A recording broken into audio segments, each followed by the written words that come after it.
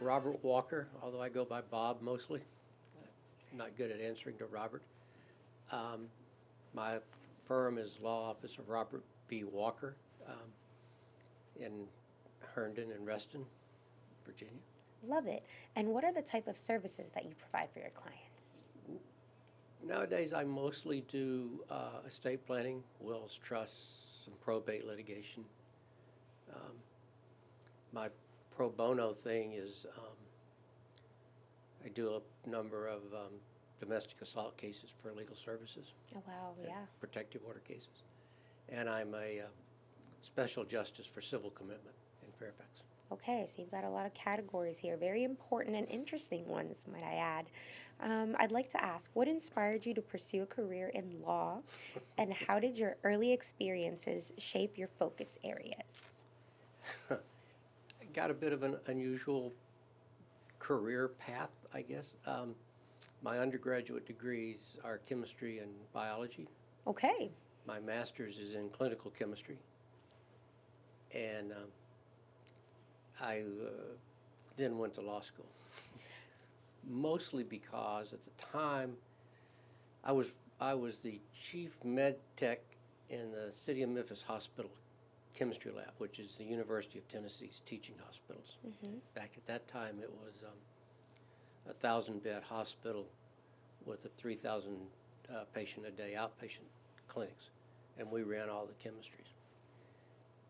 And to go any further in that field, I had to either go to med school or get a PhD, and I didn't want to do either of those things. So the dean at the dental school had told me that I should go to law school, that was really what I tested best for. You must be nuts. I just spent 4 years of undergraduate school in the science building and 3 years of grad school. And but I kept thinking about it, and I thought, well, I'll give it a shot. All I knew at that time about law was what I'd seen on TV. Yeah. Perry Mason, the Defenders, stuff like that. And at that time, Memphis had a night law school. So I wasn't going to throw my career away on something I didn't know. Yeah. So I started law school, and I kept working at night in the lab.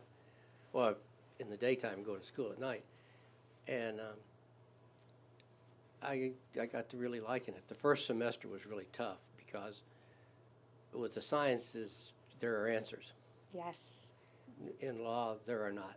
So it was psychologically, it was a different way of thinking. Yeah. A different way of teaching. In most of the science courses, you went to class, you took notes, came back and took a test. There wasn't a lot of interaction. Dang. In law school, it's what they call the Socratic method, where the professor stands up, you got assignments, and the professor stands up front and calls on people, and you got to get on your feet and answer, and it's argument, it's back and forth. Yeah. And so I was so scared of being embarrassed that I always went to class prepared. Yeah, I can relate to that actually. Which was not what I did Normally. Yeah. Isn't that crazy where life takes us sometimes? You're like going into your chem degree, bio, and then suddenly you're like, law school, hello, night school. I love it. Yeah. And now, as a solo practitioner since '96, what challenges and rewards have you encountered in managing your own firm? When I was in law school, I decided that I should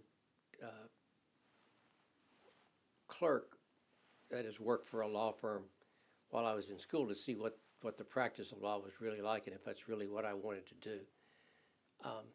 And I got a job clerking for this firm that had an office in Memphis and an office up here. And they eventually wanted me to speed up, switch over to day school, and then come up here to the D.C. office for a couple of years. And where were you before? Memphis. Memphis, okay, got it. And that was 1976. Okay. And never went back. At that time, we practiced what was called transportation law. That is, we represented trucking companies and bus companies before the Interstate Commerce Commission. Mm-hmm. That industry got deregulated. The ICC no longer exists even. So that's when branched out from that and started well, I went with another firm of friends of mine that I'd known for many years who used to be transportation lawyers as well. Yeah. And it just wasn't a good experience, didn't work out well. And so I left that partnership and went out on my own. Yeah. How are you liking it being on your own now? I like it a lot. I'm not nearly as collegial as I liked to think I was. Oh. I like making the decisions on my own. Right? It's part of being an entrepreneur. They like that. It's arguing over what brand of paper clips we're going to buy. I love that argument. What is a common misconception people have about working with an attorney, and how do you address it? Oh my goodness. That we're difficult. Oh, how so? Sometimes. What are they thinking? Well, I think we talk funny. We use English, but we don't use words that normal people use. And I think we have a habit of falling into our jargon and thinking everybody understands us, and they don't. Oh. And sometimes we can be hard to get hold of. I mean, if you're in court, you're not taking phone calls. No. And and then you get back to the office, and it can be hard to return them all right away. And that's a large problem of just communication and client Yeah. trust, I think. Yeah. I love that you're self-aware about it, though. A lot of people will go on and not be aware that, hey, maybe I'm speaking in a jargon that's not very people-friendly, like regular folks who are not in law, right? So I love that you're aware of that and you know that, and you try to be a little bit more like, okay, let me use not the hard words here. I try to do that and use them, and I try to prepare people that when we're in court, these are terms you're going to hear, and this is what they mean. Yeah. Sometimes I get it right, and sometimes I don't. Yeah. I love that you teach them too beforehand. That's nice. A little bit of a heads up is appreciated. And then I'd like to ask you about marketing. Are you currently using any video or social media to get the word out there about the type of services you provide? I'm not too much. I've got a Facebook page, although in the current climate, I've backed off from it a good bit. Yeah. And I never used it that much for marketing anyway. I got off Twitter some time ago now. I have an Instagram account, but I mostly read stuff from it. That's I don't all right. post much. And I've hit the stage where I'm not really trying to build anything anymore. I'm just sort of, I'm happy with where I am, and I'm looking to retire in a few years probably. Okay. So I'm not trying to. If it were 1996, I'd be a lot more engaged. Yeah. In that sort of thing. Are you excited to retire? Yes and no. Okay. Okay. What am I gonna? I don't know what I'm gonna do when I retire. I will probably move down to the Gulf Coast. Ooh, nice. And I can only watch so much TV. Right. And I hate golf. I've tried to like that sport, and it just doesn't do it for me. That's all right. I like that. So I'm not sure that part of retirement kind of doesn't look all that great to me. So Maybe you can take I'm kind of liking what I'm doing. Yeah. So if we were to stay up here, I'd probably keep doing it until they take me out kicking and screaming. No, I'm glad that you love this. This is your passion. So maybe you can take up some side gigs here and there. Well, it's harder in Florida. You can't waive into Florida, and I'm not taking another bar exam. Yeah, no. I can't. I don't think I can concentrate enough to prepare for that anymore. Fair enough. Yeah. Well, hopefully you can find some new other hobbies. Maybe you can take up, I don't know, painting or hiking, Yeah, maybe. surfing. Well, I wouldn't mind spending a lot of time on the beach. Right? Take Get up some fishing sun. again. I haven't, ever since we moved up here, I haven't fished hardly at all. So Oh, yeah, well, I hope I you can get to do do that. that. Yeah, I'm excited for you in that new journey. So kudos to you when you get there. And then let's see. Have there been any cases or clients that profoundly impacted the way you viewed the legal system? I'm sure there are. Um, I've had quite a few. Maybe a lot of it was from the pro bono stuff, the representing um, um, indigent women in these domestic violence cases. Mm. Um, it's very eye-opening. I never did. I never. As a result of that, I occasionally got dragged into a little bit of a family case, but I never did family law. Yeah. Um, and the dynamics between people is constantly amazing in the way they will mistreat each other. Mm. Um, but a lot of it's been helpful in that a lot of these women had never had anybody pay any attention to them really or give them any respect at all. And the way they react to that is to somebody actually treating them with respect Yeah. is makes it very pleasing in a way, Yeah, I'm sure. gratifying. Yeah, I'm sure they were just happy they could come to somebody, let alone, I guess, a man, a guy, right, who's hearing them out, listening to them, and who's on their side and is advocating for them. I'm sure that was a game changer for them. They were like, For a lot of them, yeah. yeah. So that's great that you. It's and it's communities that I don't otherwise wouldn't be in. Hmm. You know, I've hit a stage where I'm not in the bars and stuff like that Yeah, anymore. yeah. Well, thanks for sharing that. You emphasize personalized estate planning over standardized packages. Could you share your approach to tailoring plans to individual client needs?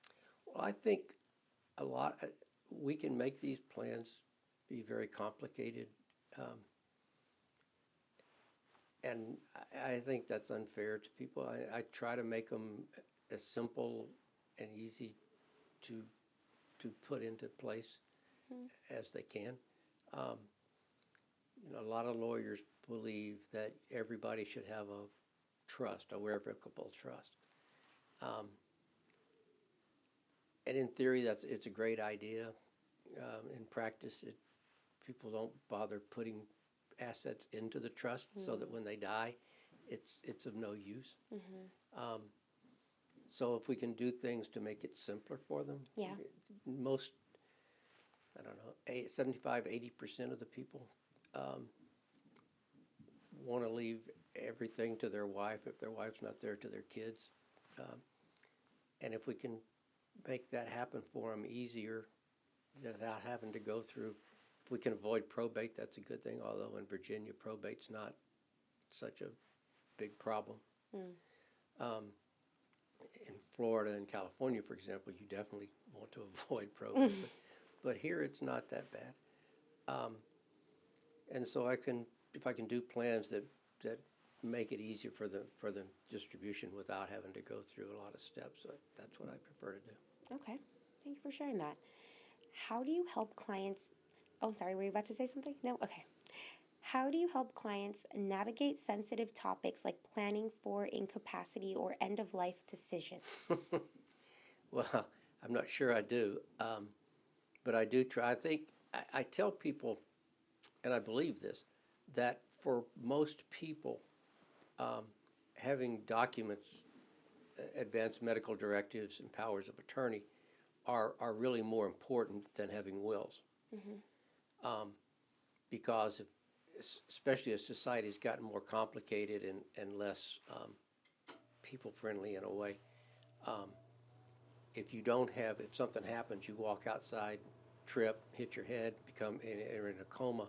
If you don't have documents in place, it can be very difficult for your wife or your husband to handle your affairs. Mm-hmm. And that possibility is not going to happen to everybody, but if it does, it's horrible. There was a case many years ago now that was actually out in Manassas, a guy who was a TV reporter in Kentucky had some medical condition, was in a coma, was not likely to recover, Oh, geez. and his wife, they didn't have documents, and his wife wanted to pull the plug, and his family did not. Oh, my. So they ended up in this big dispute in court. The governor of Virginia got involved, Whoa. and it became just a huge problem. And that's what can happen, and Yeah. you don't want that. So my question to that is, when should we be having these conversations? Like, when's a good time? As soon as possible? When you're 18. Oh, as soon as you turn 18, huh? Okay. Yeah, because I feel like a lot of the times we don't really think of this. As soon as we turn 18, we're thinking of like, yay, we can buy, what is it, a cigarette now or whatnot, right? Yep. And a lot of people wait till it's a little bit too late, like you said, or get into some very sticky situations. So I'm glad that you brought this up.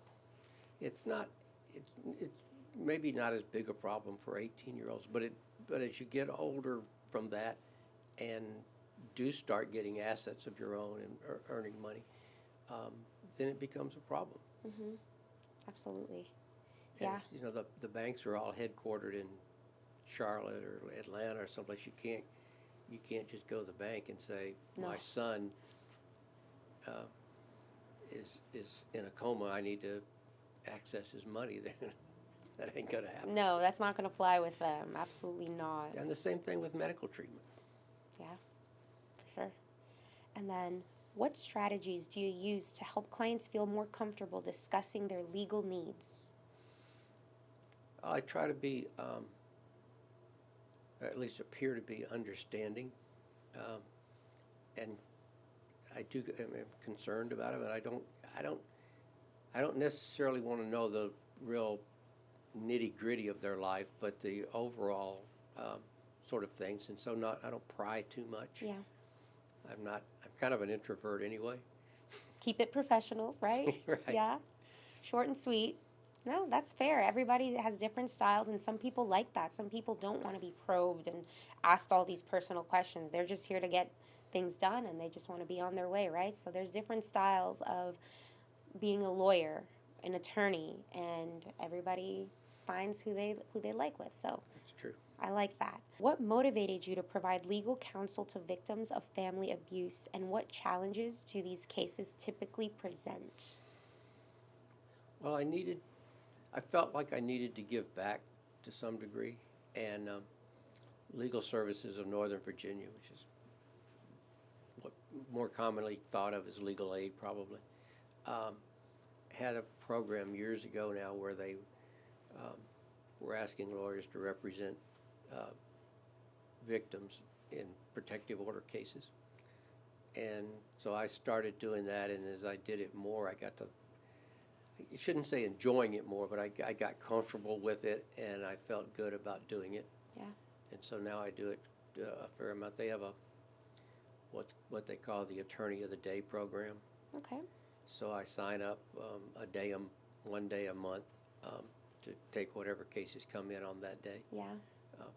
or come in for trial on that day. Mm-hmm. And then if they have other openings and I can do them, I will. Yeah. That's awesome. The challenge is being nosy to a degree. Yeah. Yeah. Um, Like you said, you're introverted, right? I am, and trying to probe, what's he going to say about you? I had, if you know things that are coming, you can handle it better than if they surprise you with it. For sure. For I sure.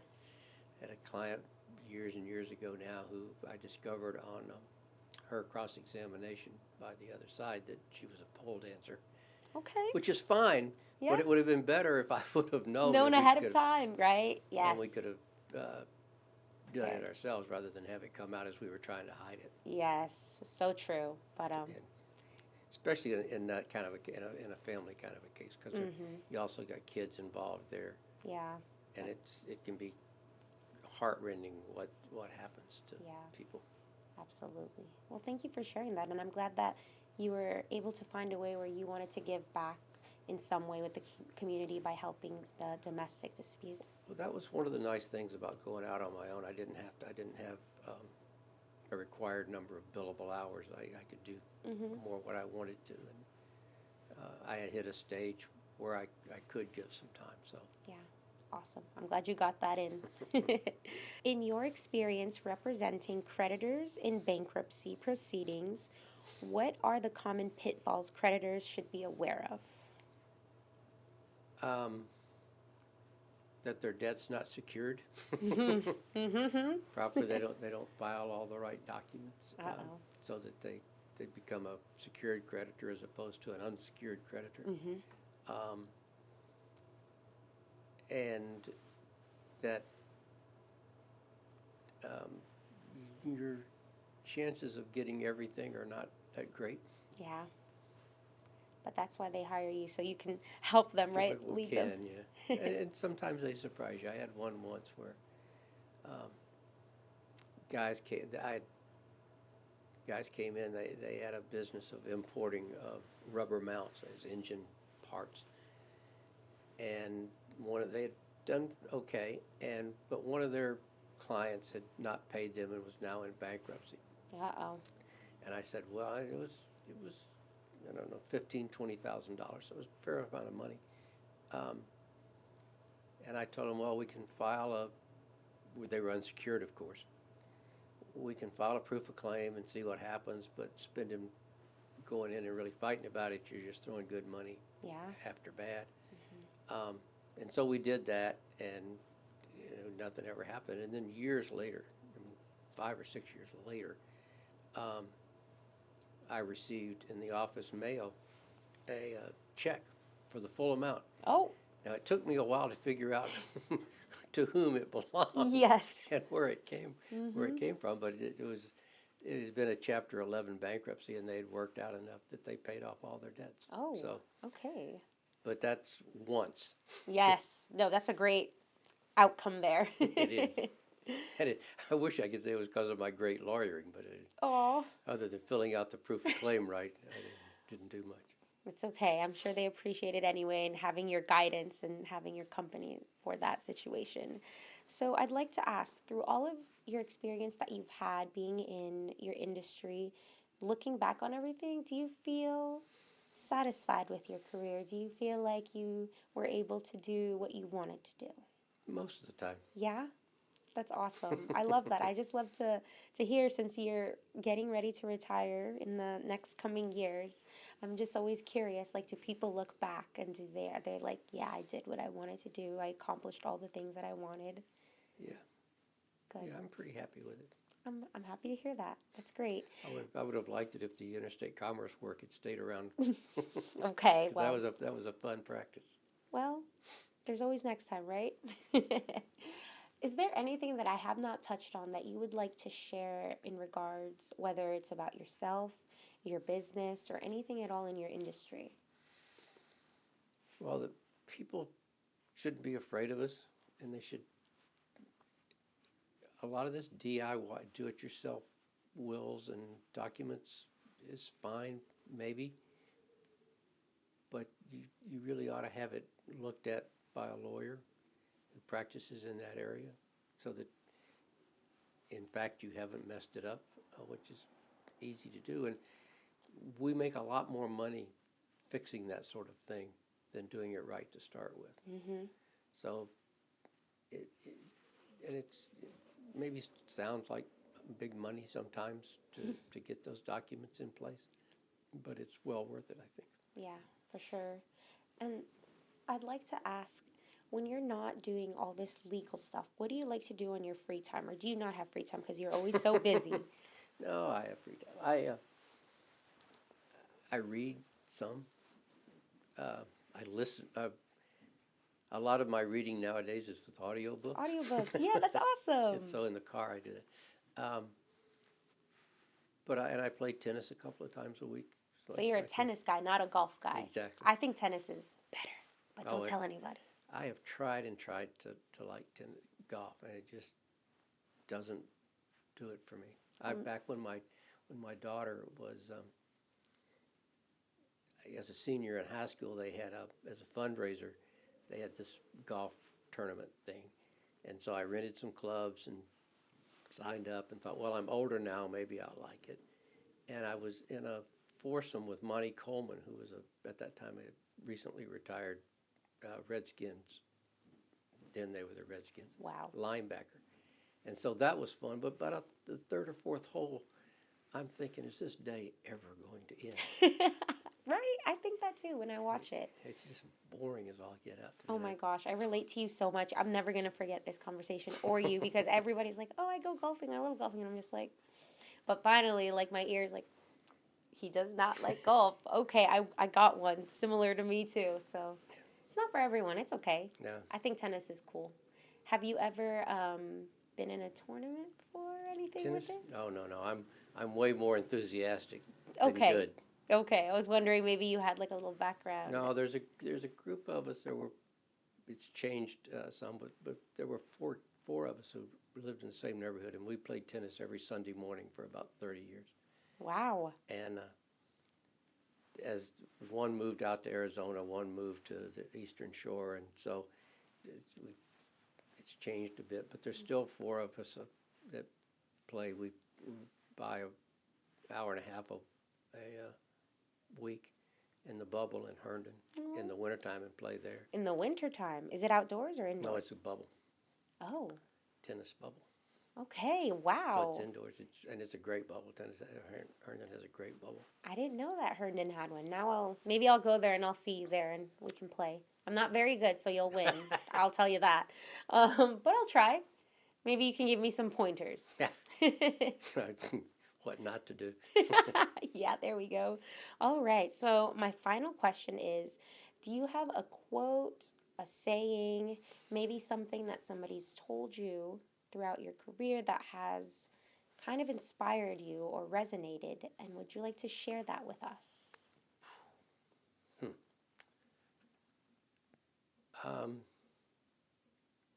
I don't know where this comes from, but it's more, I think it was at one time supposed to be from Moliere, but I don't think that was right. But it was something along the lines of, I may disagree with what you say, but I will defend to the death your right to say it, Wow. sort of thing. Yeah. No, that's kind of like, That and be prepared and show up on time. that's right. The code of honor for you guys, right? I love that. Well, thank you so much for making time to be here, and thank you for sharing your journey with us, your insights, and a little bit of your love for tennis.